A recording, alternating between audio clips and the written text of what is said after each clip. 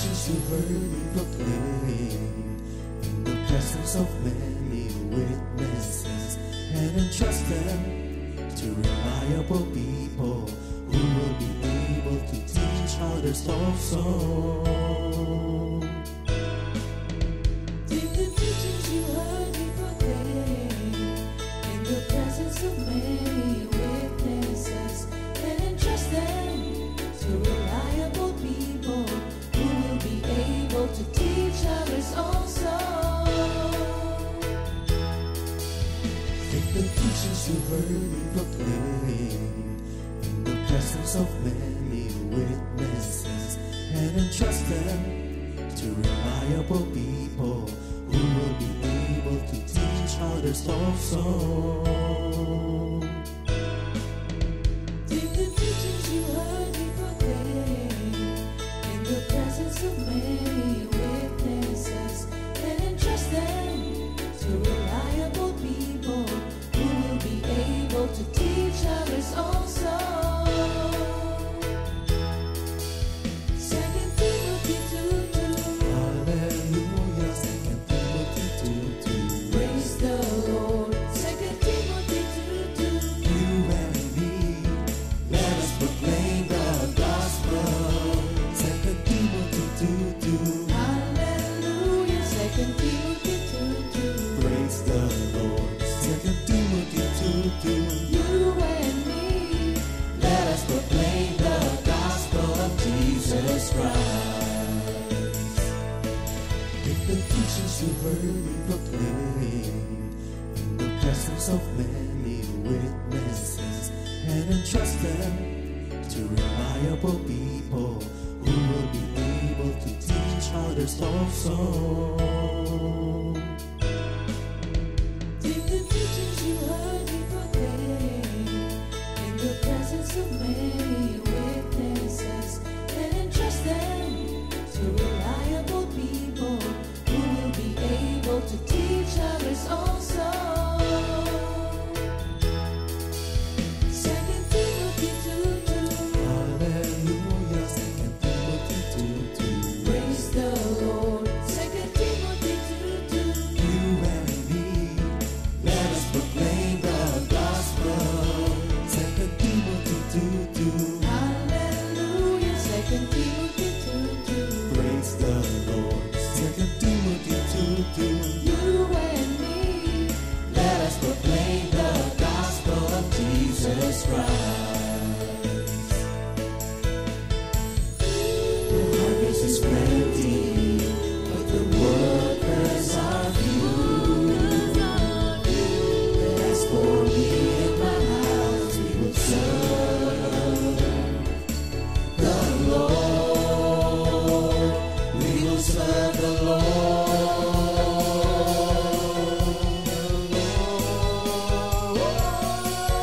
2 Timothy 2:2. Hallelujah. 2 Timothy 2:2. Praise the Lord. 2 Timothy 2:2.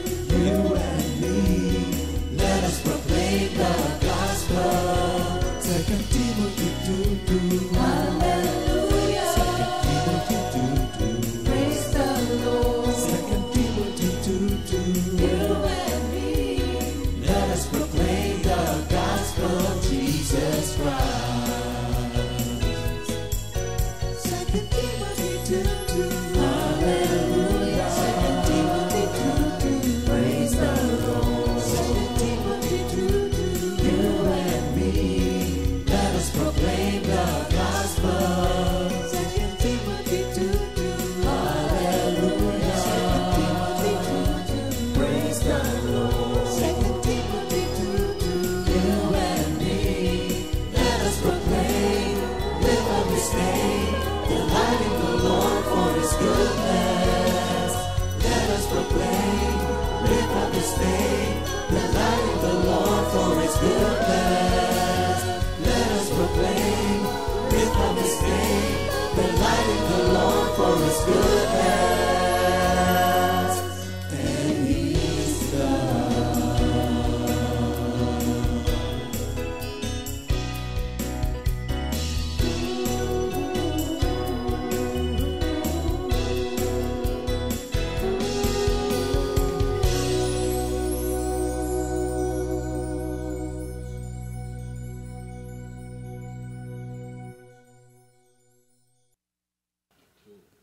Put Jesus on top, and blessings won't stop. Put Jesus on top, and blessings won't stop. If you seek first the kingdom of God and His righteousness, and all these things shall be added on to you. Hallelujah, hallelujah. All the time, let's praise the Lord. When praises go up, and blessings come down. When praises go up, and blessings come down. If you seek first the kingdom of God and His righteousness, and all these things shall be added on to you. Hallelujah, hallelujah. All the time, let's praise the Lord.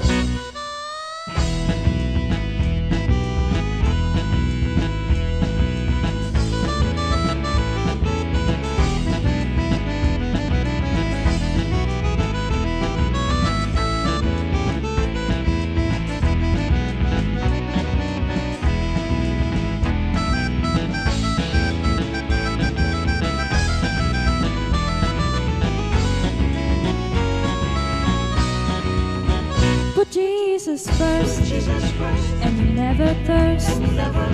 Put Jesus first, and you never thirst. If you seek first the kingdom of God and His righteousness, and all these things shall be added on to you. Hallelujah, hallelujah. All the time, let's praise the Lord. Jesus up, He'll draw men to Him. Lift Jesus up, He'll draw men to Him. If you seek first the kingdom of God and His righteousness, and all these things shall be added on to you. Hallelujah, hallelujah. All the time, let's praise the Lord. Put Jesus on top, blessings won't stop. Put Jesus on top, and blessings won't stop. If you seek first the kingdom of God and His righteousness, and all these things shall be added on to you.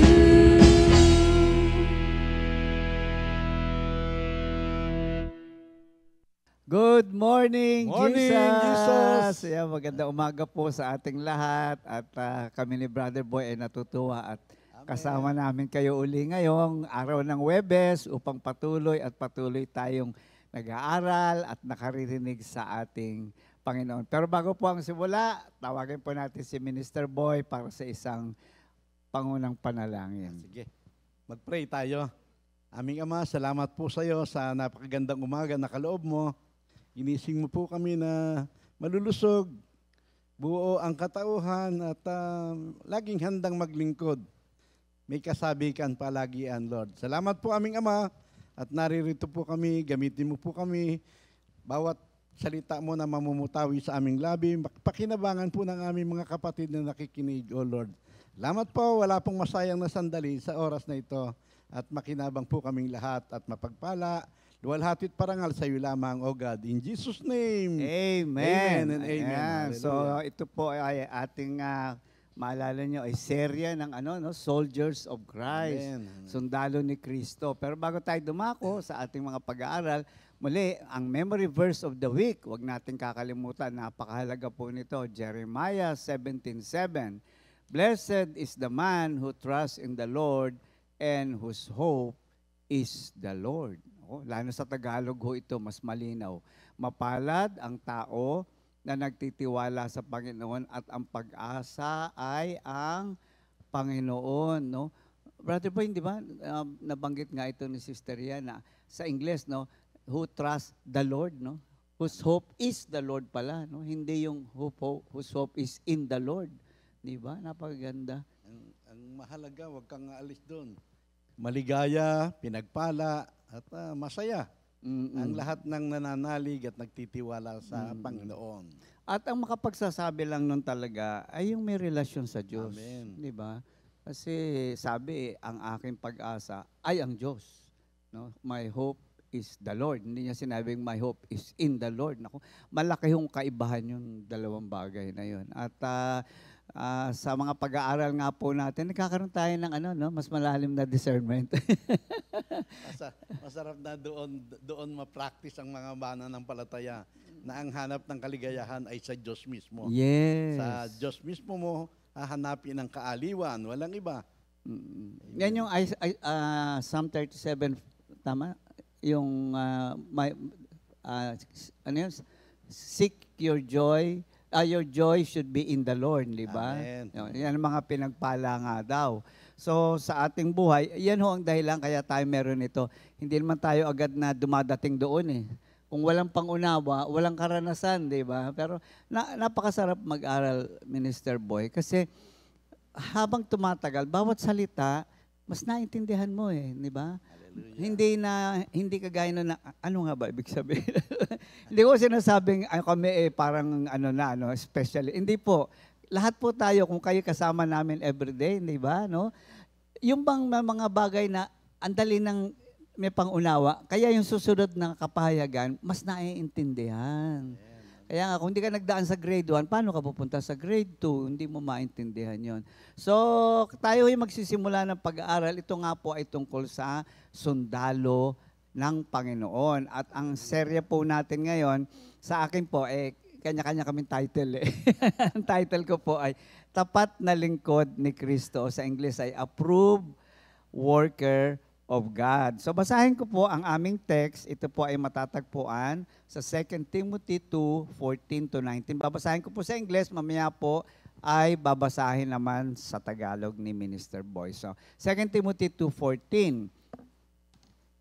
Remind them of these things, charging them before the Lord, not to strive about words to no profit, to the ruin of the hearers.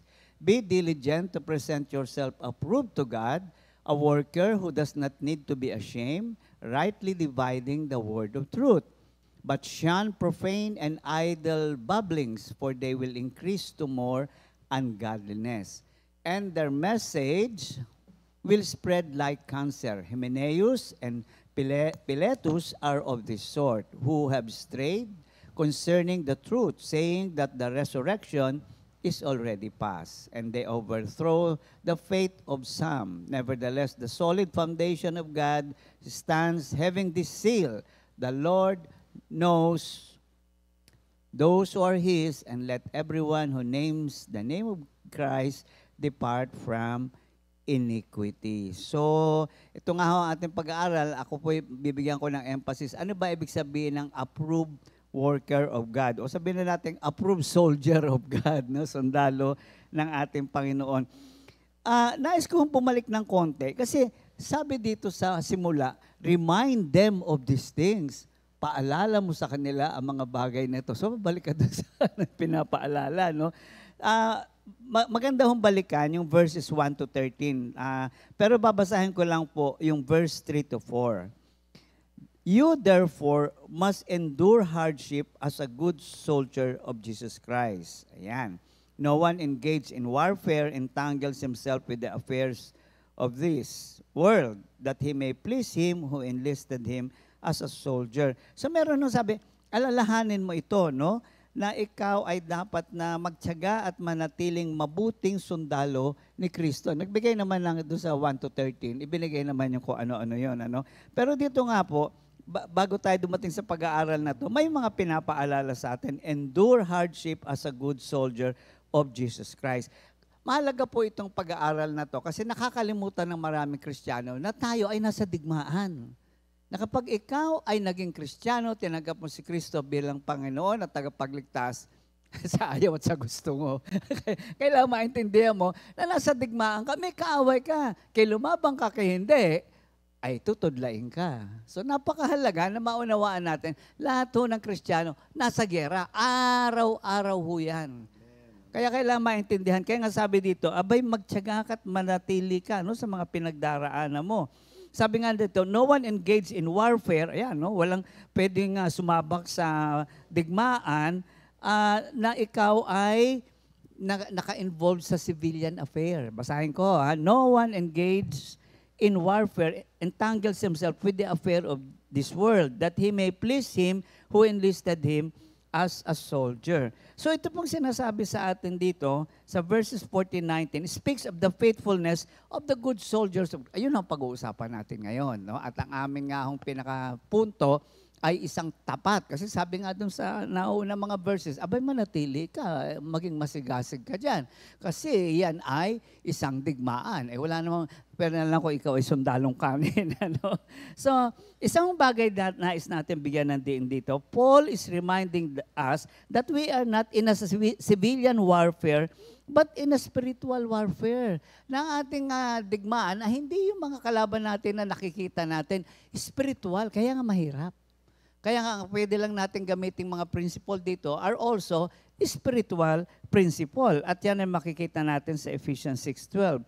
For we do not wrestle against flesh and blood, but against the rulers, against the authorities, against the cosmic power over this present darkness, against the spiritual forces of evil in the heavenly places. Kalaban po natin ang kadiliman at lahat ng nagre-represent ng kadiliman. Yan ay ang kalaban natin ay ang mundo, kalaban natin ang laman, at kalaban natin, of course, si Satanas. So marami ho tayong kalaban. Kaya hindi ho tayo pwede magsabi na tayo ay tinatawag dito na mag-chill lang or we'll just take it easy. Hindi ho pwede yan. Ngayon dito sa ating pag-aaral, of course maraming areas no sa tinatawag na pakikipagdigmaan sa spiritual. Pero sa binasa nating teksto, meron siyang specific points na nais na binigyan niya ng diin. At dito nga ay yung qualities of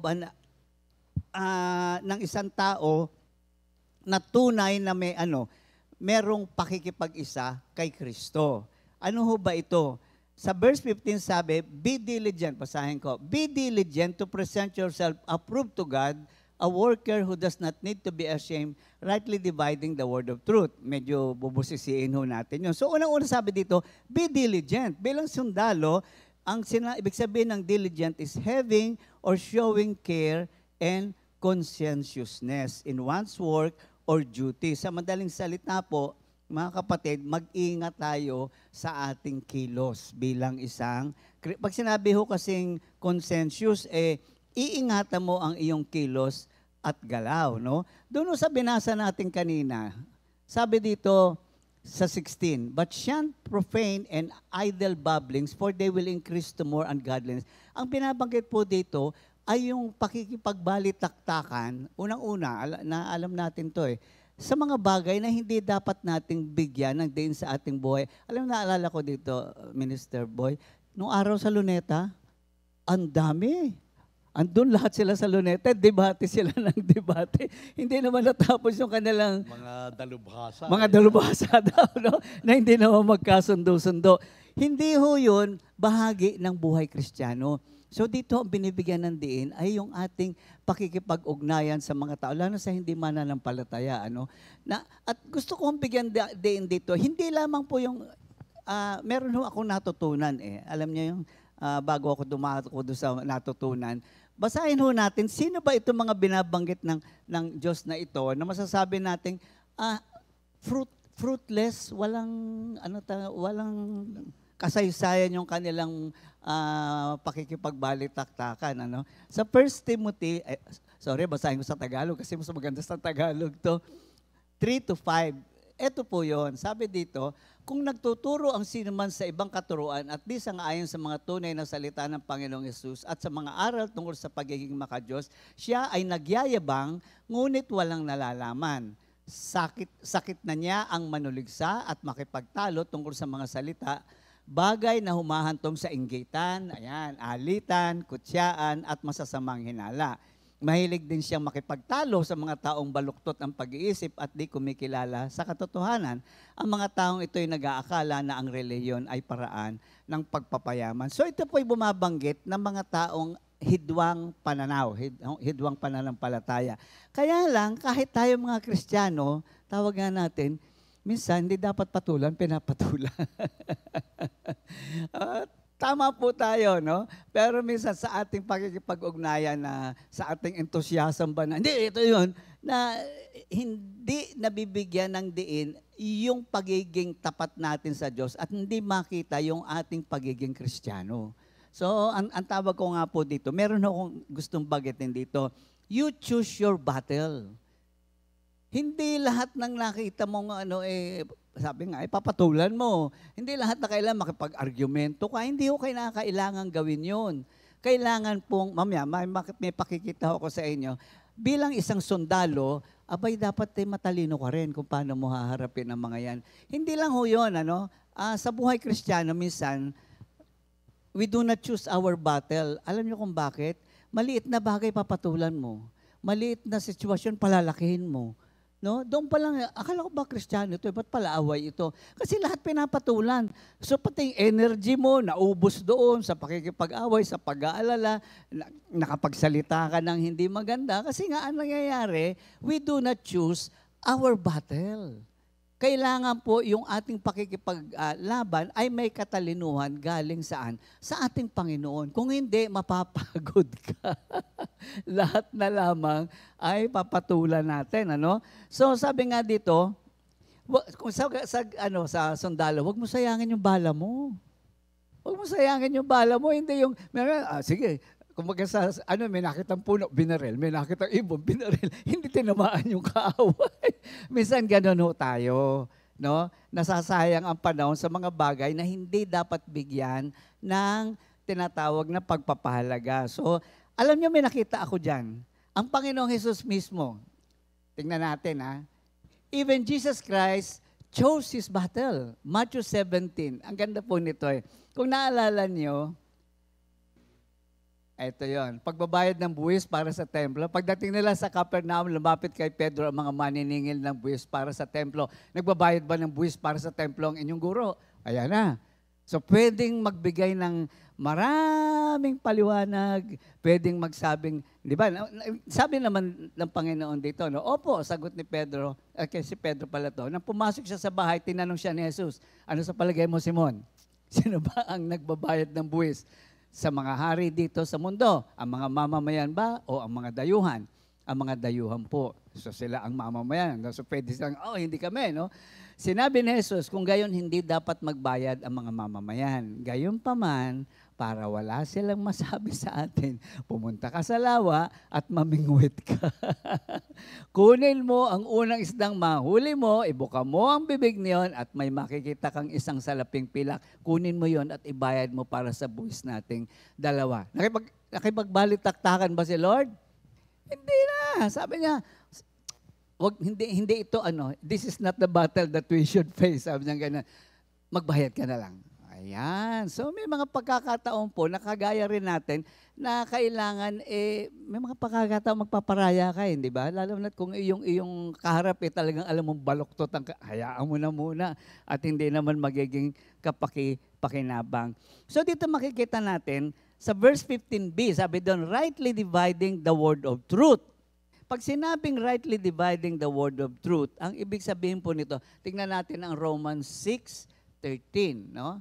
Ang sabi sa Tagalog nandito na ako 6:13. Huwag na ninyong ipailalim sa kapangyarihan ng kasalanan ang alinmang bahagi ng inyong katawan bilang kasangkapan sa paggawa ng kasamaan. Sa halip, pasakop kayo sa Diyos bilang mga taong namatay na at muling binuhay at ihandog ninyo sa Kanya ang inyong katawan bilang kasangkapan sa kabutihan. So ano ho ang pinapaabot sa atin dito ng Panginoon? Learn to lead a life of discernment. Maraming maraming trap. Hindi ba, Minister Boy? Ang kaaway, lalagyan ka ng trap. At pag hindi ka, did not rightly divide the Word of God, ano mangyayari sa'yo? Madadala at madadala tayo. A life of discernment means victory for Christ and the glory belongs to God. Alam niyo kung saan merong isang trap? 2 Samuel 11:1, si David na trap. Di ba? Panahon ng pakikipagdigma. Siguro, sabi ni David, bilang tao, entitled naman ako, okay na naman, marami na akong nagawa. Siguro naman, pwede naman ako mag-chill-chill naman ngayon, di ba? Yung obligasyon ko, hari naman ako, so pwede ko nang hindi mo na. Trap yun eh. Minsan tayo ganun din, hindi natin napapansin na, eto pa yung mga ginagawa nating maganda, ang nagtatrap sa atin. Ang dami ko nang ginawa. Ang dami ko nang tinulong. Ayan. So minsan, dahil doon, nakakalimutan natin yung pagkatawag sa atin, ano nangyari? Tulad ni David, abay matindi ho yung kapahamakan. Hindi ho maikling pangyayari yun hanggang sa pamilya niya. Di ba sabi ni Nathan, hanggang sa pamilya mo, dadanasin mo yan. Kahihiyan na binigay mo sa Panginoon. No? Bagamat mababa ang kalooban ni David, ito po yung sinulat upang tayo pare-parehong matuto. No? To learn to live a life with discernment. Okay? So ano po ba ang ibig sabihin? No? Ulitin ko kasi naririnig naman natin lagi ito, pero minsan, laging naririnig siguro, nakakalimutan. Ang ibig sabihin nito is reading, studying, reflecting God's Word. Mahalaga po yun. Para kumbaga sa isang war strategy sa war, di ba? Di ba? Pag ay, baka may minahan dyan, di ba? So alam mo kung saan ka pupunta at ano iiwasan mo. Kasi ay may mina dyan. Ang kaaway naglagay ng mina dyan. Kung hindi ka nag-aaral ng salita ng Diyos, ano ba malay mo kung nasan yung mina? Ano bang malay mo kung ano yung... Kasi binibigyan din tayo ng pamamaraan ng kaaway. Bakit? Kasi balintuna ang pamamaraan ng Diyos sa pamamaraan ng kaaway. So malalaman mo yung strategy ng kaaway kung alam mo ang pamamaraan ng Diyos. Kasi liwanag at dilim yan eh. So imposibleng hindi mo makita. Kung nandun ka lagi sa medyo madilim-dilim at maliwaliwanag, mawawala ka. Hindi mo makikita. Yan ang nangyari kay David. At sa atin po, maraming beses nangyayari yan. Kaya sabi dito, involves actively, maliwanag ko, actively considering the meaning of verses. Huwag lang memorize ng memorize. Minsan parang loro na lang eh. Tapos sabihin, ba't hindi nangyari? Hindi naman naintindihan. Ginawang mantra, I know the Lord will provide for all. I know the Lord. Akala hindi ho. Ano sabi dito? Involves actively considering the meaning of verses, tapos connecting them to your life. Pagkatapos mong maunawaan, ano ba ang application nito sa buhay ko? Seeking guidance, of course, marami. Sa church, sa meditation, sa more Word of God na magko-confirm ng iyong naintindihan. Wisdom from God and the Scripture. Yun po ang ibig sabihin, living a life of discernment. Magiging approved soldier of God po tayo. Kagaya din naman ng mga sundalo. Nag-a-upgrade yan, di ba, Minister Boy? Pag may mga bagong retraining, di ba? O may mga bagong dapat kayong malaman. So hindi ho tumitigil yan. Kung sa mundo nga may ganyan, minsan tayo chill-chill na lang kasi alam ko na yan. Memorize ko na yan. Narinig ko na yan. Maaari yung narinig, maaaring memorize, pero hindi pa na-apply sa buhay mo.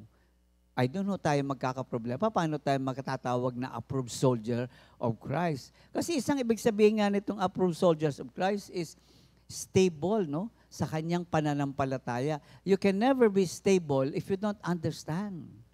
Kaya nga sinasabi ko doon sa ibang umaaten, wag ko kayong aten ng aten. Hindi ho by membership ito. Hindi porket member kayo ng kompi, akit kayo sa langit. Hindi ba sabi nga ng Panginoon, lumayas kayo. Hindi tayo magkakilala. Hindi ka naman nakipag-usap sa akin eh. Ayan, so maliwanag po yun. So, itong isang bagay pang gusto kong tingnan sa inyo. Sabi sa verse 19, stand on the solid foundation of God. Solid dapat yung pundasyon mo. Di ba? Kagaya pagka ikaw ay tawag dito, sa Baguio, yung PMA, solid yun. Kaya may mga umiiyak doon minsan kasi pangatlong taon bumibigay. Minsan nga, 4th year na bumibigay. Kasi nga matindi ang training. Abay, kung yun ang kalaban nakikita, paano na ho tayo? Hindi natin nakikita yung kalaban. Kaya maliwanag dito sabi, you must stand on the solid foundation of God. Ibinigay po sa atin ang pundasyon. At ilang bagay po ang gusto kong bigyan ng diin dito. Ang unang sabi dito, Ano itong foundation na to? Binabase ko po ito dun mismo sa context na aming pinag-aaralan. Ano sabi? The Lord knows those who are His. Alam ng Diyos kung sino ang Kanya. So sa isang tao na ang pundasyon ay ang Diyos, ang pagtuturo ng Diyos, ito po ang una. Sa John 3:33, basahin ko lang ho sandali. John 3:33. Ang tumatanggap sa kanyang patotoo ay nagpapatunay na ang sinasabi ng Diyos ay totoo. Ano ito? He who has received God's testimony has certified that God is true. Yun ang pundasyon. Na wala kang kahit nakatiting na pagdududa sa salita ng Diyos. Na pag sinabi ng salita ng Diyos, yan na yan. Meron nung kasing difference itong babanggitin ko. Meron nung believing in God at meron nung believe in God. Ang believing in God ay naniniwala ako may Diyos. Pero pag sinabi mong believe God, ang sinasabi mo, believe ako sa Diyos. Magkaiba yun. Yung pundasyon na sinasabi dito, ang sinasabi dito ay hindi lang ako naniniwalang may Diyos. Lahat ng salita ng Diyos, pinaniniwalaan ko. Kaya nga pag tinanong, sino ligtas dito? Sino pupunta sa langit? Pag nagtaas ka ng kamay, ang yabang mo naman. Bakit? Sino ka ba? Sobra ka namang assuming. Kapatid, walang kinalaman ako doon. Sabi ng salita ng Diyos. Yun ang clear foundation kung ano sinabi ng salita ng Diyos. Tayuan mo. Kaya minsan din natin maintindihan ang salita ng Diyos. Ikaw mismo pinagdududo. Totoo ba yan? Maganda yan? Naku, sana nga. Wala namang hari nawa na yan nga ay ito. Hindi ho ganun. Pag sinabi ng Diyos, tayuan mo yan. Kaya nga kailangan, ilib ka kay Lord. Okay? Mahalaga po yun. No? Solid foundation yon. Pangalawa, John 10:27, my sheep hears my voice and I know them and they follow me. Bakit matapang tayo? Bakit kung pag sinabi ni Lord, sugod, sugod? Bakit pag sinabi ni Lord, bigay mo yan, bigay mo yan? Pag sinabi ni Lord, patawarin mo yan, pag sinabi ni Lord, huwag kang makipag-ugnayan dyan, huwag kang makipag-ugnayan dyan. Unang-una, may solid foundation tayo. Ano to? Intimate relationship with God. Hindi ka naman makakarinig sa Diyos kung wala kang pagkakilala sa Diyos eh. So yung intimacy natin sa Diyos, ang nagbibigay ng patunay sa iyo na nasa Panginoon ako. Yes, nagkakasala ako. Sino bang hindi? Makasalanan naman lahat tayo. Pero the fact that I know my God. Why? Because we have that intimacy. And by the way, Christianity is the only religion that is based on relationship. So mahalaga po yun na ikaw mismo sa sarili mo, alam mong may relasyon ka sa Diyos. Hindi dahil sa alam mo yung salita ng Diyos, alam mo yung insight ng preacher, memorize mo yung verses. Hindi ho yun. Kilala mo ba ang Diyos? Kilala ka ba ng Diyos? Bakit? Minsan sabihin nila, ako sana sagutin ng Diyos panalangin ko. Narinig kaya ng Diyos yung panalangin ko? Eh, may problema na ho kayo. Wala kang solid foundation. Kasi pag ikaw ay may relasyon sa Diyos, personal na relationship, number 1, tiyak ka, lahat ng panalangin mo, pinakinggan ng Diyos. Pangalawa, lahat ng iyong pinanalangin, sasagutin ng Diyos. Ang taong yan, may solid foundation. Marami sa atin, hindi ganon. Nagdadasal, pagkatapos, didiskarte na. Dadasal, tapos bibili ng ticket ng loto, maghahanap ng mauutangan, ganito, ganyan. So, hindi ka naniniwala. Solid ba yun? Di ba? Tingnan nyo yung mga solid Bilmanian at saka solid Noranian. Wag na wag mong kakantiin yang si Bilma o yang si Nora, no? Sumalangit na ang kanyang kaluluwa. Ay, ngangat-ngating ka na mga yan, di ba? Kung baga sa manok ay talagang sasabungin, huwag kang magkamali. Eh, minsan tayo, hindi ganun eh. Di ba? Meron ng sinasabing hindi maganda tungkol sa Panginoon. Yun nga yung pinag-usapan natin kanina, yung words. Alam niyo, minsan sa Kristiyano nakikita ko. Di ba sabi ni Lord, thou shall not use my name in vain. Siyang ginagamit na pangkwento ng joke. Ako, guilty ako dyan, may mga ganyan din ako noon. Ngayon sabi ko, Lord, mali pala. Gagawa ka ng kwento na wala naman, hindi naman biblical. Yung gumawa ka lang ng kwento, tapos sinama mo pangalan ni Jesus, kasala na kayo. Ano man, lalo na pagbibiro, wag ho, hindi ho kasama yun. No? Ang taong may solid foundation, he will always give reverence to the name of God. Kaya nga ho, nung ma-realize ko yun, sabi ko, teka, ayusin ko ito at hindi ito kasiya-siya sa ating Panginoon. Okay? Number 3, Revelations 3:8, I know your works. Behold, I have set before you an open door which no one is able to shut. I know that you have but little power, and yet you have kept my word and have not denied my name. Tapos sabi dito, alam ko mahina ka, pero solid ka. Bakit? Nanatili ka. Di ba sabi niya dito? Nasa na nga yun? Ayan. I know you have little power, yet you have kept my word and have not denied my name. Ay, ano mga solid talaga.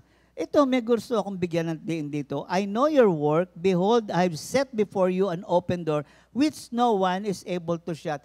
Sino ho ang may solid foundation? Alam niya calling niya. Alam niyang tinawag siya ng Diyos. Malinaw na malinaw sa kanya yun.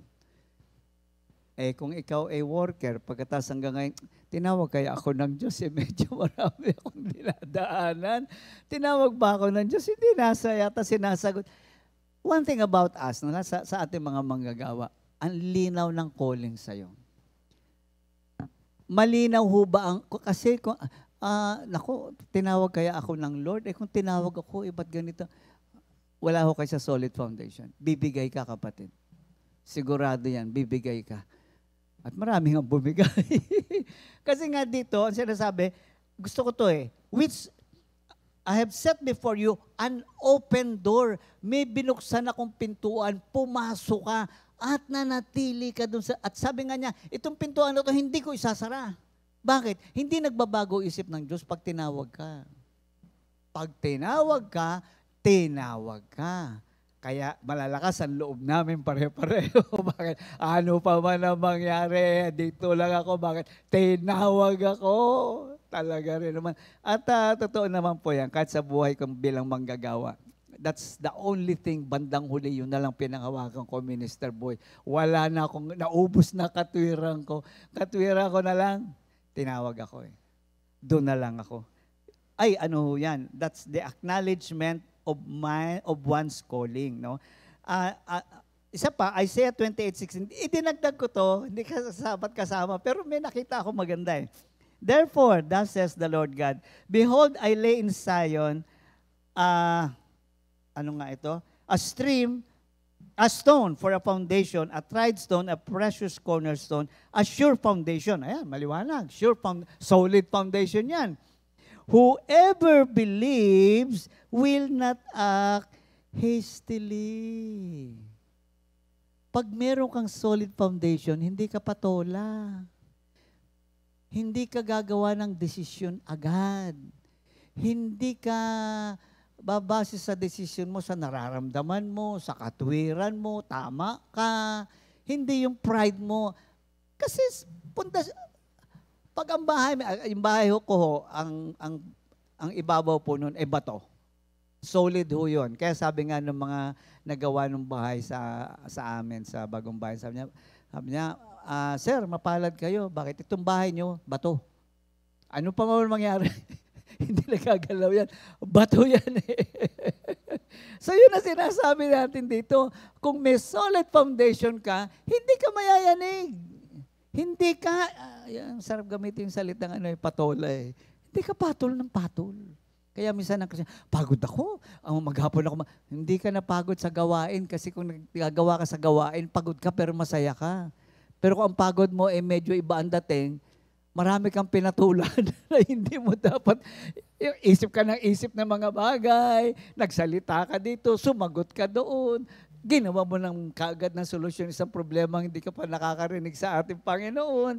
Okay? Ang tawag ko dyan, a quiet and secured spirit. Pag ikaw ay may solid foundation, may katahimikan dito. Kaya nga sinasabi lagi, ingatan mo yung kapayapaang tinanggap mo. Yung Espiritu ng Diyos na nasa iyo, ingatan mo yan. Kasi pundasyon mo yan. Yan ang pangahawakan mo. At bilang panghuli, sabi dito, let everyone who names the name of Christ depart from iniquity. So ito yung pangalawang bahagi na sinasabi ni Paul kay Timothy na solid foundation. Ang sino mang ang pangalan ni Jesus ang siyang kanyang pinaninindigan at pinaniniwalaan, ang sabi dito ay lalayo saan? Sa kasamaan. Ito ho ngayon ang isang sundalo.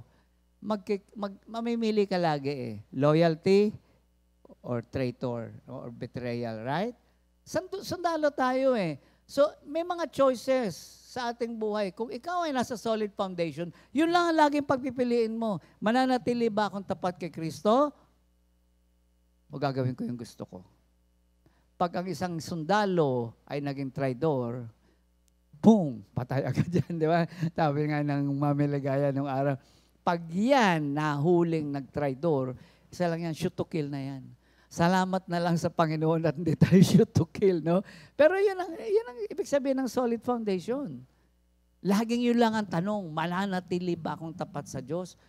O ako'y napagod na, o ako'y natatakot na, ako'y hindi na nakakaintindi. Kaya betrayal, no? Whoever, sa ibang version ang ganda Bakit? Whoever worship the Lord. So, ang taong may pundasyon sa Diyos, sumasamba yan. Lahat ng ginagawa niyan ay kapahayagan ng pagsamba. At ano ibig sabihin ng pagsamba dito? Nakataas ang kamay, umaten ng fellowship. Ito yun. They must give up doing wrong. Patuloy at patuloy na paglilinis ng Diyos sa atin. Kinakausap naman tayo ng Diyos lagi Alam mo may ginagawa kang mali. Alam mo may niisip kang mali. Alam mo may plano kang mali. Alam mo takbo ng buhay mo mali. Hindi mo inaayos. Delikado, kapatid. Pwede kang tirahin ng kaaway anytime. Di ba, Minister Boy? Nasa ibang ka na Nasa ibang lugar ka na Lumabas ka sabi nga ng mami, you went out of the circle of God's love. Mas pinili mong traidorin ng Diyos. Tandaan natin, pinag-uusapan natin pagiging sundalo, kaya ginagamit ko yung salitang yon. Okay? So, panguli, Proverbs 12:22. The Lord detests lying lips, but He delights in people who are trustworthy. Kaya ako dinagdag ito, kung baka kanina nga ay traidor, pwede ho kasi tayong nasa church, pero we are inviting the wrath of God. Ano ho yung wrath of God? Hindi ka totoo. Plastic ka. So, ang isang taong namumuhay sa double life, ibig sabihin ho niyan, mga kapatid, wala yan sa Panginoon. Yun ang ingatan natin sa ating buhay.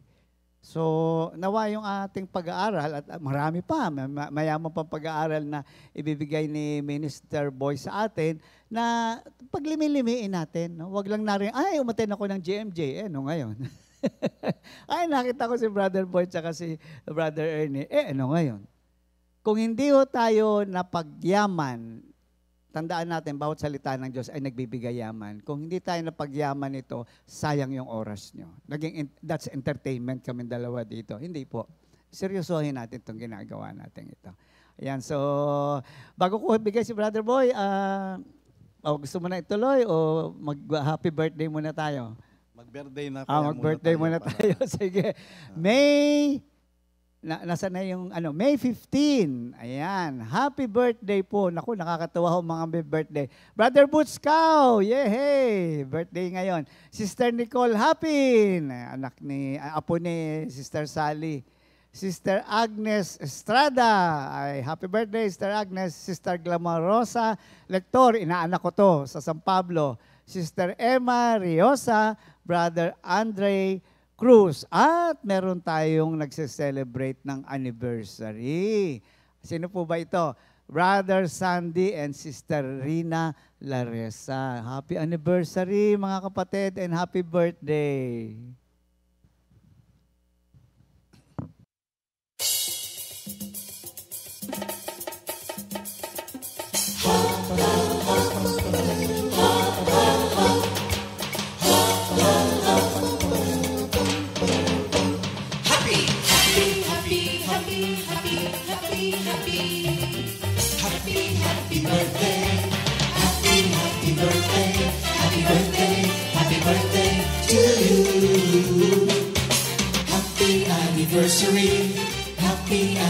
anniversary. Happy, happy, happy anniversary. Happy anniversary. May the good Lord doesn't leave you. May the Lord's light shine upon you. Happy anniversary to you. Happy, happy birthday to you.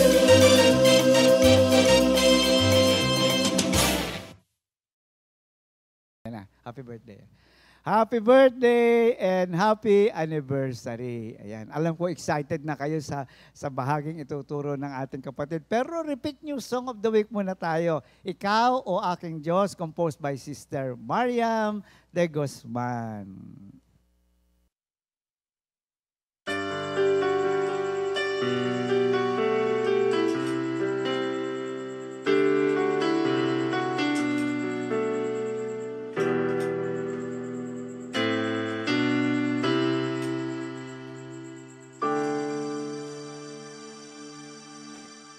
Ikaw o aking Diyos, ang aking kanlungan. Ikaw o aking Diyos, ang tanging duyan na nagbibigay kapahingahan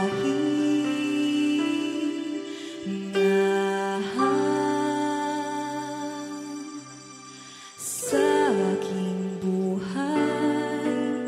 Ako'y di nag-isa, sa pagsubok ay laging may pag-asa.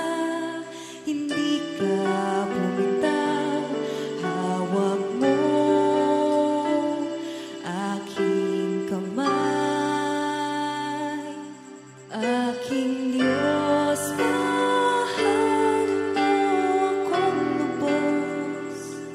Mula sa'yo, buhay na taglay.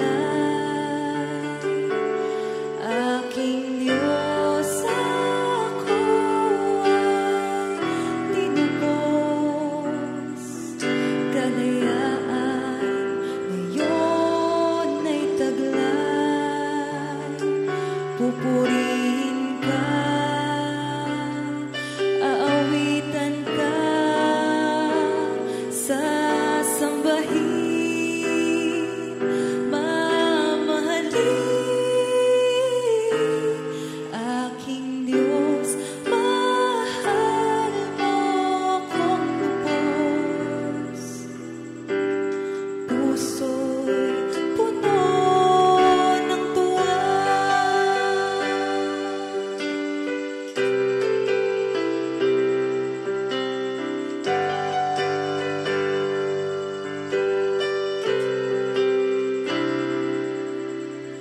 Ikaw o aking Diyos, ang aking kanlungan.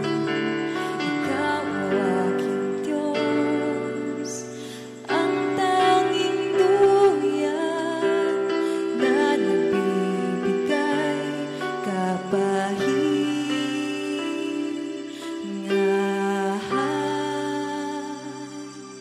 Aking Diyos, mahal mo akong lubos. Mula sa'yo, buhay na taglay.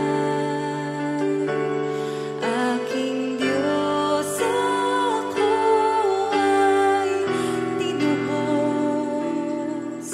Kalayaan ngayon ay taglay. Pupurihin ka, aawitan ka, sasambahin,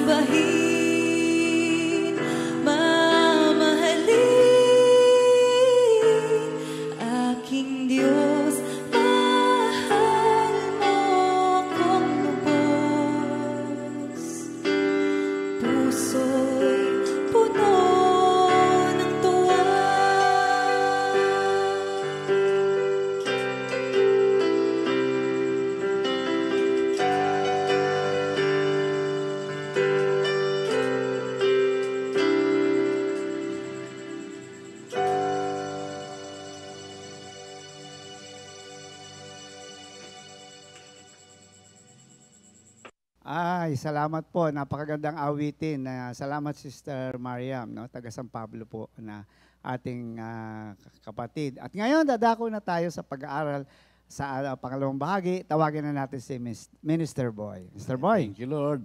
Magandang umaga po, mga kapatid. Kanina binasa na ni Brother Ernie sa English yung ating teksto. 2 Timothy 2:14 hanggang 19. Doon na lang po ako focus sa 19. Ang sabi niya ngunit matibay ang saligan na itinatag ng Diyos at tinataka ng ganito. Nakikilala ng Panginoon kung sino-sino ang sa Kanya at ang bawat tumatawag sa pangalan ng Panginoon ay dapat lumayo sa kasamaan. Kasi kay Kristo, walang baka sakali. Mahirap po ang buhay na baka sakali. Kay Kristo, tiyakan ng buhay. Kilalang kilala tayo ng Panginoon at tayo dapat nag-i-strive din para makilala siya ng gusto. Amen? At kanina nga nakakatuwa ang buhay na manggagawa. Kanina tinatanong ako ni Brother Ernie kung gawa na raw yung aking teaching. Sabi ko, sige lang kung saan lang tayo umabot. Malalakas ang aming loob kasi dahil kami ay tinawag. Amen? So, ang topic natin ngayon ay tungkol sa soldiers of Christ. Amen? At tayo tandaan natin, ang Biblia napakaraming paghahalintulad sa simbahan. Tayo, mga mananampalataya, mga tagasunod ni Kristo, maraming tinatawag na metaphor, yung paghahalintulad. Amen?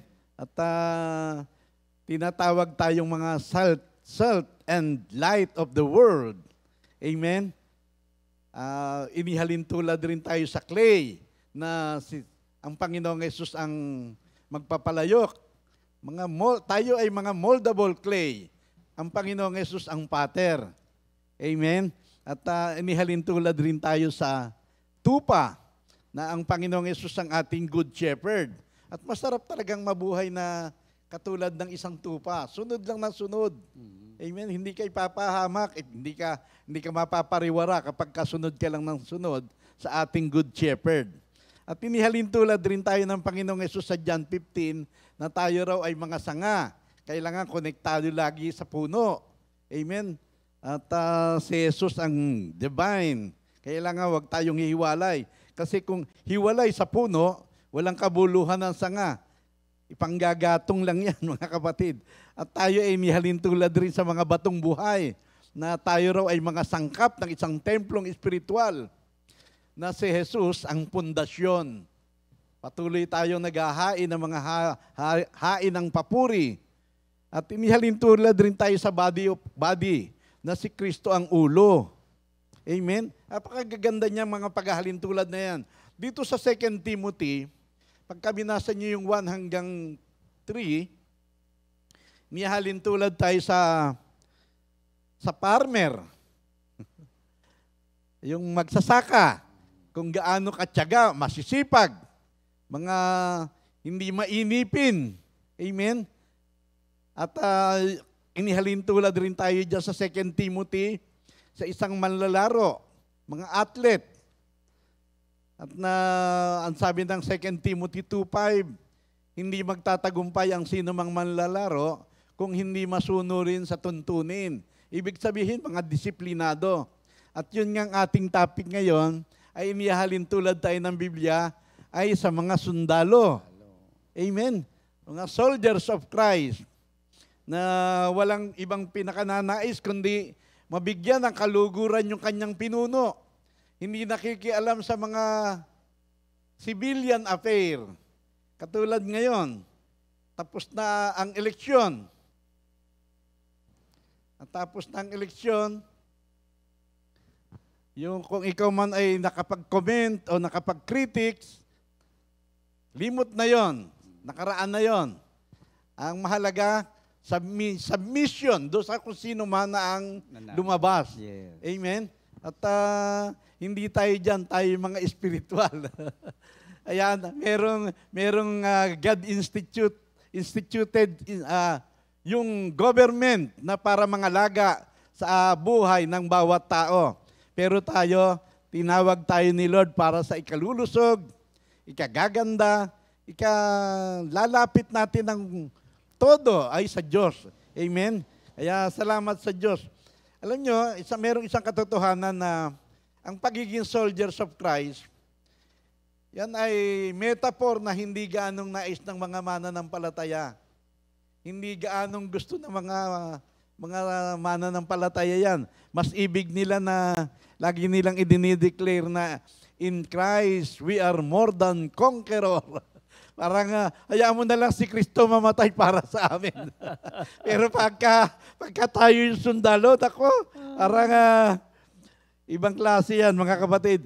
Sasabihin sa'yo ng mga mananampalataya, pwede ba, tupa na lang? Wag na sundalo. O kaya naman, sanga na lang, lagi na lang kaming nakadikit sa puno. Mga kapatid, sa ayaw mo man ubigin, sa ayaw mo sa gusto, tayo'y tinawag bilang mga sundalo ni Kristo. Pwede ba batong buhay na lang? Sangkap ng isang templong espiritual. Mga kapatid, hindi pwede yung pwede ba. Tayo ay tinawag bilang mga sundalo ni Kristo. Meron talagang mga labanan. Amen? At ako ay may personal akong stand na si Satan ay ginapi na ng Panginoong Yesus yan. Maraming talata na nagpapahayag ng ganyan. Kaya kung ako man ay nakikipaglaban, halimbawa, sa aking pagiging sundalo, mahirap kasi makipaglaban ka sa isang labanan na talunan na tapos na. Amen? So, ang akin na lang, para sa akin, ang kalaban talaga natin ngayon ay yung ating sarili at yung sistema ng sanlibutan na ating ginagalawan. Amen? Mahirap yan. Kaya nga ang Biblia, kasi na-born again tayo in the Spirit. Kaya nga ang Biblia ay laging paulit-ulit na magbago na kayo ng diwa at pag-iisip. Huwag na kayong makiayon sa takbo ng sanlibutan. Bagkos, nakuha niyo po ba? Ang tinutukoy dyan yung ating pagpapasya. So, kaya yun na lang ang binasa ko eh. Ngunit matibay ang saligang itinatag ng Diyos at tinatakan ng ganito. Nakikilala ng Panginoon kung sino-sino ang sa Kanya. At ang bawat tumatawag sa pangalan ng Panginoon ay dapat lumayo sa kasamaan. Kailangan ikaw ang magpasya. Amen? Meron talagang battle. Meron talagang battle. Ang sabi ng Philippians 1:27, sabi ni San Pablo, mamuhay kayo ayon sa mabuting balita upang makapunta man ako dyan sa inyo o hindi, ay matagpuan kayo sa isang layunin at sama-samang ipinagtatanggol ang mabuting balita. Nakuha niyo ba? Ayaw mo ba naman? Tayo itang mga defender of truth, defender of the gospel. Amen? Ang gospel ang paraan ng mga tao ay hindi lamang basta makapagligtas, kundi maliwanagan. At sa gayon ay tuloy-tuloy na makakilos ang Diyos sa kanilang buhay at mapagpala. Ang sabi ng 1 Corinthians 1:21, inibig ng Diyos na siya ay makilala ng mga tao sa sanlibutan, hindi sa pamamagitan ng karunungan ng sanlibutan, kundi minarapat niya na ang mga nananalig sa Kanya ay iligtas sa pamamagitan ng mabuting balita na aking ipinangangaral, ngunit ipinalalagay naman ng sanlibutan na isang kahangalan. Amen? Yan ay kapangyarihan ng Diyos. So, matagpuan nawa tayo na sama-samang ipinagtatanggol ang mabuting balita ng Panginoon. Tandaan mo, dumating ang Panginoong Yesus upang hanapin at iligtas ang mga nawawala, yung mga mapapahamak.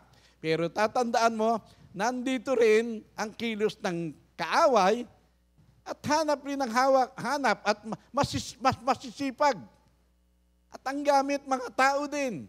Alam nyo, ang hinahanap mga kaluluwa para ipahamak. Kung naparito ang Panginoong Hesus upang iligtas sa mga nawawala, pero sila hanap din ang hanap. Kaya ang battlefield, mga kapatid, ang battlefield ay ang kaluluwa ng tao. Amen? Maintindihan nawa natin yan. Sa Mark 8:36, ang sabi ron, makamtan mo man ang buong yaman ng sanlibutan. Kung ang kapahamakan naman ng iyong kaluluwa ang kapalit, What profit a man? Ano nga mapapala ng tao? Ang mahalaga mga kapatid, maligtas. Sa Matthew 25:46, dadating ang panahon ng paghihiwalay. Yung mga walang Kristo, dadalhin sa buhay na walang hanggang kapahamakan. Pero yung mga yung iniligtas ng Diyos sa pamamagitan ng kanyang bugtong na anak, ay kakanyahin at bibigyan ng buhay na walang hanggan na kasama ang Diyos mismo. Pero take note, parehong walang hanggan yan kasi hindi natatapos sa kamatayan ang buhay ng tao. Merong kabilang buhay at yon ang mahaba. Ang sukat nun, walang hanggan. Nakalulungkot. Kapag hindi mo alam ang mga aral, at dyan tayo tinawag ni Lord para ipaalam ang katotohanan sa mga tao. Nakuha niyo po ba? Kasi kapag hindi alam ang katotohanan, mapipilitan ka talagang ipagpalit ang buhay na walang hanggan sa mga pira-pirasyong kaligayahan. Mga, anong tawag dyan, Brother Ernie? Panandali ang aliw. Marami niya, maraming bitag, maraming patibong. Pero kapag babad sa aral ang mga tao, kung kami nga nababad na sa aral, minsan natutok sa pa. Pero ang kagandahan lang sa amin, madaling-madali kami nakakapagbalik loob. Amen? So, alam ng Panginoon kung sino-sino ang sa Kanya. Yan ay saligang siya mismo ang nagtatag. At kailangan kasama tayo talaga sa battle. Hindi pwedeng hindi. Pagka hindi ka, masasapul ka ng yung mga balang ligaw. Anong tawag doon? Sa Judge 5:23, ganito nakasulat. Sa Judges, Hukom 5:23. Sumpain ang meros at ang lahat ng naninirahan doon. Alam nyo kung ano ang dahilan ng pagkasumpa nila? Kasi hindi sila nakipaglaban sa labanan ni Yahweh. Hindi sila nag-involve. Nakuha niyo po ba? Ang sabi ng Panginoong Hesus, ang hindi laban sa akin ay kasama natin. Ang hindi panig sa akin ay laban sa akin. Ang hindi tumutulong sa akin na mag-ipon ay nagkakalat.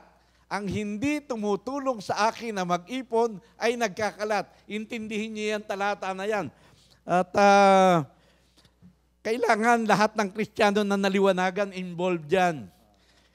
Humayo kayo, meron tinatawag na delegated power and authority. Sabi ng Panginoong Hesus, nasa akin ang lahat ng kapangyarihan, pinagkaloob na sa akin. Kaya humayo kayo at gawin ninyong alagad ko ang lahat ng bansa at turuan silang sumunod sa lahat ng ipinag-uutos ko. Kaya ang lahat ng kilos ng mga tunay na Kristiyano, mga sundalo ni Kristo, palapit lahat kay Jesus Christ. Amen. Turuan silang sumunod sa lahat ng ipinag-uutos ko. Yun lamang ang paraan na ang tao ay mapagpala at maliwanagan.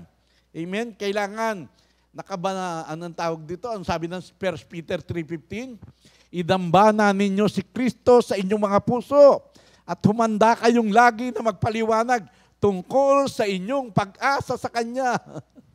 Kailangan bawat topic, alam mo, sa tunay na Kristiyano, bawat topic, walang ibang topic kundi si Kristo ang pinakamahalaga.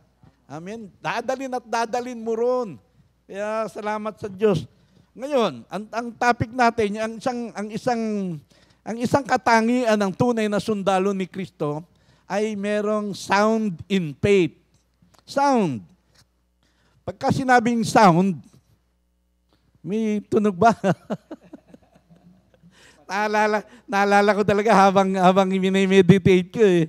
Marami hindi lang tagapagturo, kundi pati sa mga sharing, maririnig mo. Halos nagsisisigaw na. Pero hindi mo pa rin marinig kasi mas nangingibabaw yung boses ng kanyang buhay. So ang isang tunay na sundalo ni Kristo is sound in faith. Hindi man magsalita, kita mo ang pagiging Kristiyano. Amen? Ang salitang sound sa Bible, mayroong mga sound speech, sound language, sound mind. Hindi raw tayo tumanggap ng espiritu ng kakimian o pagkatakot, kundi kapangyarihan, pag-ibig, and a sound mind. Mabuti at wastong kaisipan. Ang ibig sabihin ng sound. Amen? At meron din tinatawag na sound doctrine. Pagka sinabing sound doctrine, tama, wastong aral. Mga aral na mapananaligan na mula mismo sa Diyos. Kailangan tutok ka sa Biblia. Nakuhin po ba? Katulad nung nakaraang eleksyon, napakaraming fake news. Maraming mga bali. Kahit naman ngayon, kahit anong panahon, sa mundo natin, kalat na yan, puro fake. Pero ang Biblia hindi nagbabago kailanman. Noon, ngayon, at magpakailanman. Amen? Mga tama at wastong aral. At ang sound in faith at saka sound doctrine, hindi pwedeng paghiwalayin yan. Kasi ang faith napuproduce ang faith sa pamamagitan ng pakikinig, pagbabasa ng salita ng Diyos. Amen? Kaya para magkaroon ng sound in faith, para malagay sa kalagayan na sound in faith, ang isang sundalo ni Kristo, kailangan puno siya ng sound doctrine. Amen? Ganun lang kasimple yun. Pagka sinabing sound doctrine, hindi lamang basta doctrine, kundi strong. Strong. At genuine. Doon ka lang magkakaroon ng strong faith and genuine faith pagka meron kang sound doctrine. Amen? Sabi ng isang tagapagturo, Jesus is the head of the church and sound doctrine is the backbone of the church. Backbone. Totoo yun. At ako'y naniniwala ron, tinanggap ko na yun. Amen? At ang layunin ng sound doctrine is to produce sound Christians. Amen? Sound soldiers who are sound in faith. Mabait ang Diyos na itinuturo sa atin itong mga ganito. Kasi kailangan lahat ng aral, tinitindigan natin. Kaya sabi nga ni si Brother Ernie kanina, inuunawa para maging buhay ng bawat isa.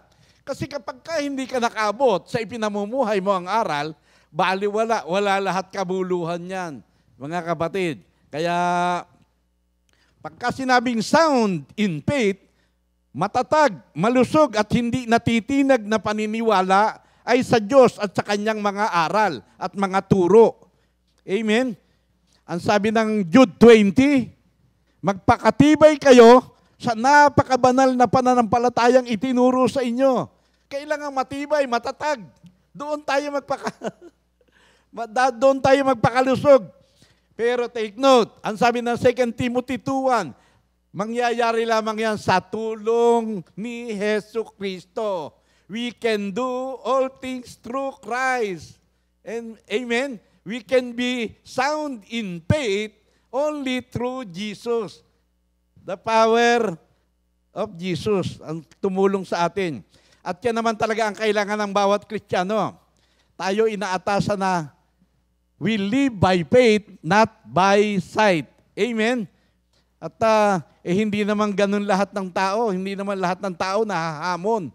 Marami ang nagbabasa, nakikinig na katulad natin. Pero hindi naman nila napapakinabangan yung mga aral ng Biblia na kanilang nabasa at napakinggan. Kasi hindi naman nila pinaniniwalaan. Kaya ganun kahalaga ang pananalig. Kaya kapag ka nakasulat sa Biblia, alam mo, huwag ka nang alisin mo na anumang pagdududa, anumang pag-aalinlangan, anumang pag-atubili, anumang mga tanong-tanong na walang kabuluhan. Alisin mo lahat yan. Basta nakasulat sa Biblia. The supreme and final revelation ng Diyos sa tao.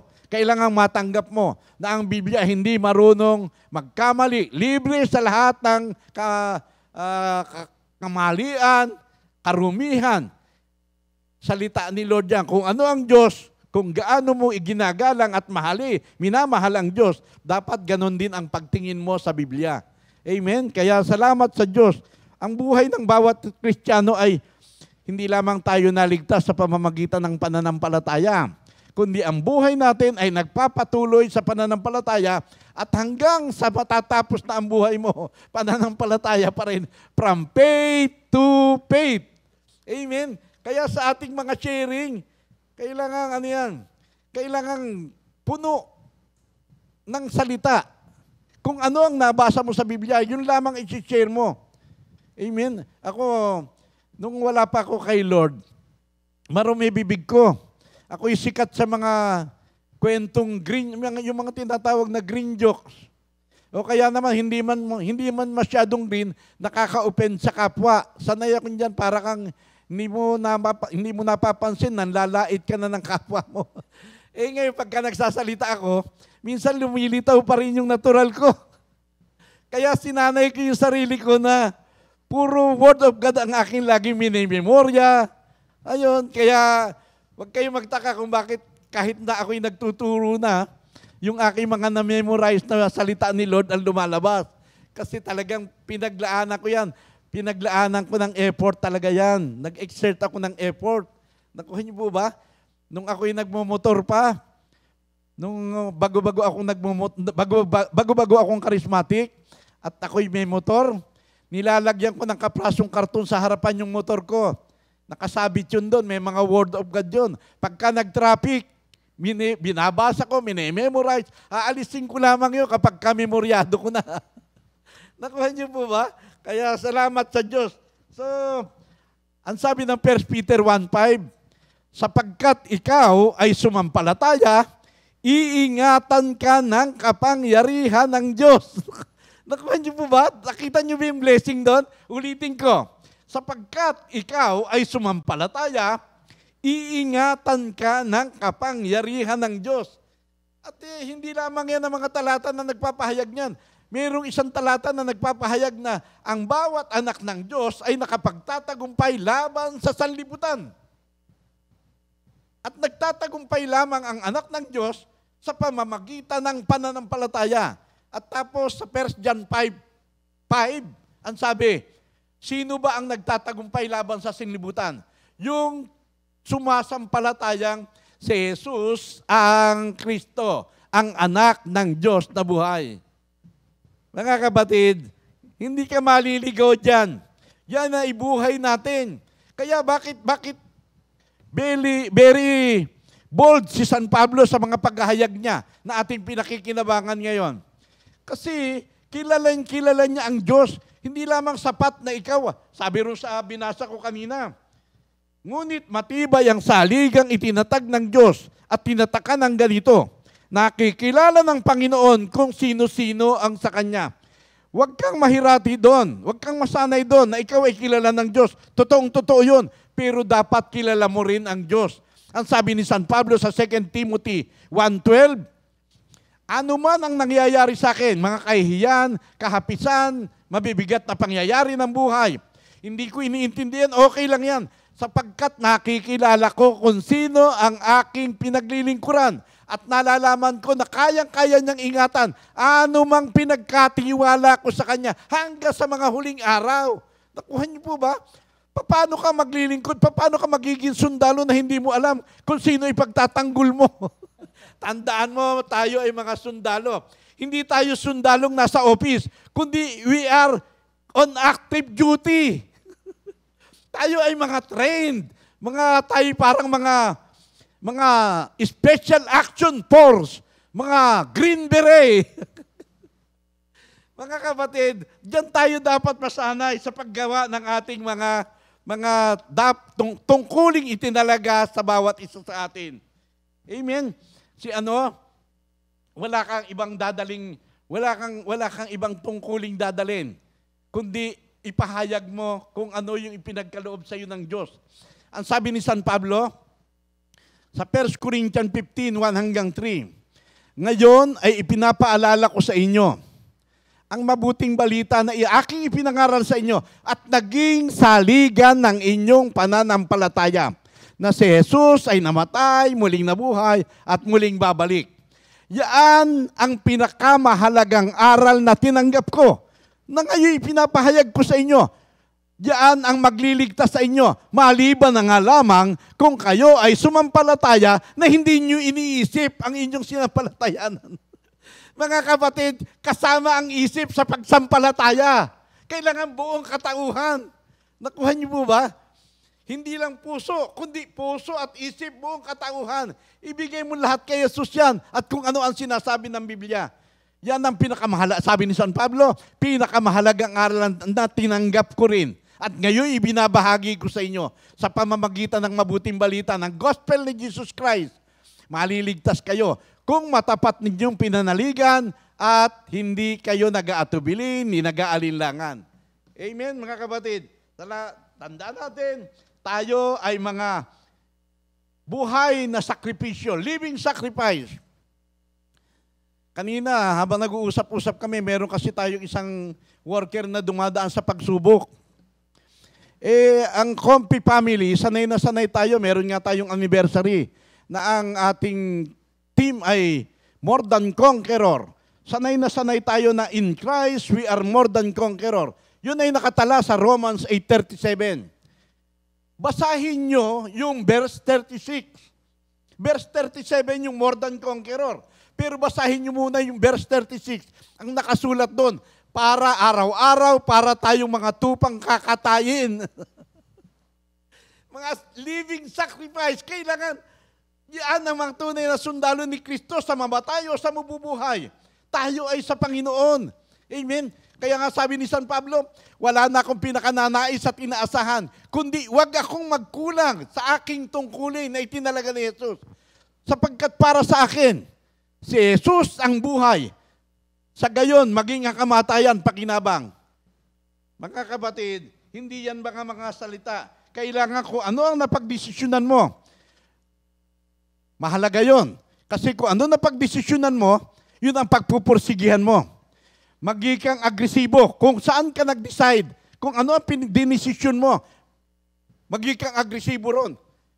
Determinado na maabot mo kung ano yung goal mo. Nakuha po natin, mga kapatid, alam mo niyo mga sundalo ni Kristo, ano yan, suicide yan, sa mission. Ang sabi ni San Pablo, walang halaga sa akin ang aking buhay. Magganap ko lamang ang lahat ng inuutos ni Kristo sa akin. Amen. Magganap ko lamang, matapos ko lamang ang lahat ng mga iniyatang niyang tungkulin para sa akin. Patay kung patay, no? Patay kung patay. Hindi, wag ka magpakabala sa mga civilian affair. Hayaan mo ang politika ay sa mga politiko. Pero tayo ay kay Kristo, mga espiritual. Amen. Tandaan natin, maraming dapat na malaman ng tao at sa atin ipinagkatiwala ang hiwaga ng Diyos. Kaya kahit saan ka man dumuon, walang ibang topic, kundi si Kristong ipinako sa krus. Kaya salamat sa Diyos at meron tayong mga aral na ganito. At alam mo, pagka ikaw, alam mo tungkulin mo, bibigyan ka ng kakayahan ni Lord para maharap mo ang lahat ng mga hamon ng buhay. Take note, ang sabi ng isang talata ng Biblia, kung saan nahanapin. Ipinagkaloob sa atin ang karapatang makapaglingkod sa Kanya. Hindi lamang ang manalig, kundi ang magtiis din naman. Hallelujah! Ay, di ba? Ayaw mo ba na sa iyong pagtitiis kasama mo ang Diyos? Nung wala pa tayo kay Lord, nagtitiis din naman tayo. Mas maraming problema nung araw, pero wala ang Diyos. Ngayon, kahit dumami ang problema, basta kasama mo si Kristo na iyong amo, na iyong pinuno, na iyong master. Amen. Salamat sa Diyos. Tandaan natin, ang ating motibo, tangi, pag-ibig ni Kristo. Pag-ibig ni Kristo kung gayon ang nagmo-motivate sa akin kung bakit ako masipag, kung bakit ako nagsisikap, sapagkat nalaman ko na si Jesus ay namatay. Personally, nalaman ko na siya ay namatay para sa akin. Sa gayon, hindi na ako nabubuhay para sa akin sarili, kundi para na kay Kristo. Amen? Yan ang ating motibasyon at ang ating weapon. Our weapons are not carnal. Ang ating sandata ay sandatang hindi makasanlibutan, kundi may kapangyarihan ng Diyos. Kung paanong yung sandata natin ay ginuho, lahat ng mga negatibong namuo sa ating buhay, nawa, maibahagi natin yan sa marami. Nakuha niyo po ba? Yan ang labanan. Hindi mo pwedeng labanan ng mga espiritong naghahari sa sanlibutan. Hindi mo kaya yon. Ang labanan natin ay para sa iyong sarili at mapagpala rin sa pamamagitan ng bagong buhay na taglay mo. Mabuhay din ang marami sa pamamagitan yan. Tingin mo kaya bakit merong armor na kailangan raw ay suot-suot nating palagian? Helmet of salvation, breastplate of truth, the shoes, the readiness to preach the gospel, sword of the Spirit, and the shield of faith. Nakuha niyo mo ba? Ang Diyos mismo nagtalaga sa atin yan para hindi lamang tayo maingatan, kundi epektibo, aktibo na magamit bilang mga sundalo in faith. Amen. Thank you, Lord. In Jesus' name. Thank you, Lord. Napakaganda pong makinig kung tayo'y talagang naroon sa puso natin, no? Kasi bawat kataga ay nagbibigay lakas, hindi ba? Yung karunungan, yung tapang, nagkakaroon ka ng tapang eh. Dahil naunawaan natin, hindi lang dahil narinig natin yung preaching, kundi yung naunawaan mo yung pala. So, mas matapang kang haharap sa buhay ngayon. Totoo no? yun. Totoo. Di ba? Kaya nga po, sabi nga, walang Kristiyanong duwag. Hallelujah. Ayan, duwag. Sundalo pinag-uusapan. Pagka duwag ka, unang-una, hindi ka sundalo. No? At ibig sabihin nito, sundalong kanin nga, nariyan lang.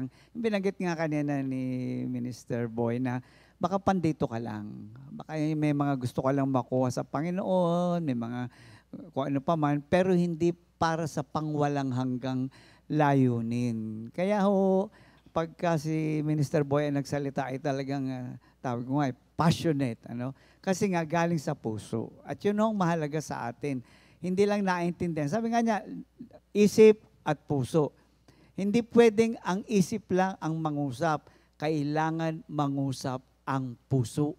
At yan ay makikita sa isang taong tunay na may ugnayan sa Diyos. No? Madali naman mag-preach, sa totoo lang. Kung gusto mo, aral lang dyan. Pero if you do not have the passion, if you do not have the, the fire, no?